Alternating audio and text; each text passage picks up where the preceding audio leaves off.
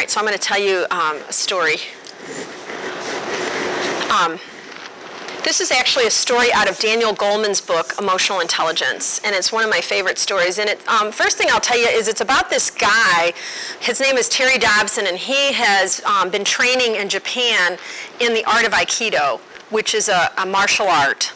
And it's one of the highest, most spiritual forms of martial art in Japan, because when you meet an opponent, it was really interesting when I read this story, because I actually took Aikido, and it's kind of challenging, because the goal of Aikido is that you learn to be very centered in what your ki, your life force, and to stay in your life force.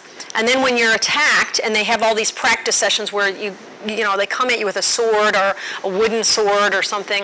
In Aikido, what you do is you actually move toward the person that's attacking you. Now, most of us, when we're being attacked verbally or physically, would do several things differently. Like we usually would flee, or fight, or freeze. We might just completely get paralyzed and not know what to do, right? So to actually move toward the opponent with the intention of blending with them. So the idea of Aikido is that when you blend with the opponent, for a moment you position yourself staying centered in your ki so that you see through the eyes of the opponent. That's the whole concept, energetically. And when you do, then you no longer will do whatever you're going to do next might look the same, but your intention will be, you're my friend, I care about you, I want to help you, not I hate you, you're different, you're separate, and I want to hurt you. Like it's a completely different intention once I've kind of been one with you. That's why it's important to blend with. Very important to this whole thing of redirect, because that's a lot about really what redirect is intentionally. But what happened is this guy's on this Japanese train car. He's the only American on it. It's this huge train car, and onto the car comes this very drunk and grimy laborer, and he's angry and he's reactive, and he's like cursing, and he's pulling on the center pole of the train, like this, and he's shoving people. And there's people that are like moving toward the other end of the train car, and there's people that are kind of getting up in his face like, hey buddy, what's your problem, like that, okay?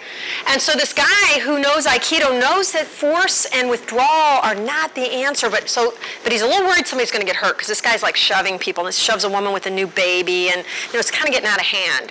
And so he stands up with that consciousness of I want to stay centered and I want to blend. Like I'm a newbie at this and I'm not really sure, but I'm going to hold that consciousness. Well, the guy sees him, and he says, you foreigner, you're the cause of all my problems. And he starts to come over to him like he's going to take him out, because he's this American.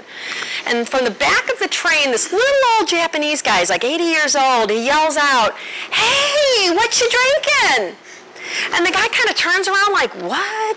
Who said that? And he goes, sake, what's it to you anyway? And he goes, sake, I love sake. And he's walking over to the guy. He goes, my wife and I, we heat up a little pot of sake every morning, and we take it out in our garden. We've got the most beautiful persimmon trees. Do you like persimmon trees? And the guy's looking at him like, do I know him? But he's kind of calming down, and he goes, yeah, I like persimmon trees, all right. And he goes, I bet you have a great wife too, don't you? And the guy goes, his whole face kind of drops, and he goes, my wife died a month ago, and I started drinking again, and today I lost my job. And he goes, oh my goodness, by this time he's this close, he's going, oh my goodness. He goes, come here, he's touching his arm. Come here, you need to come back here and tell me about this. Wow, let's go back here. So they go back to the train, everybody's like, whew. Thank God. And when Terry Dobson leaves the train car, the last thing he says in the book, in the story, is he sees the old man with the laborer draped across his lap, and he's sobbing. And he says, that's emotional brilliance. Now that sounds like kind of an extreme example, but it's a great example of redirect. And we'll talk about it when we get to the pattern that fits this.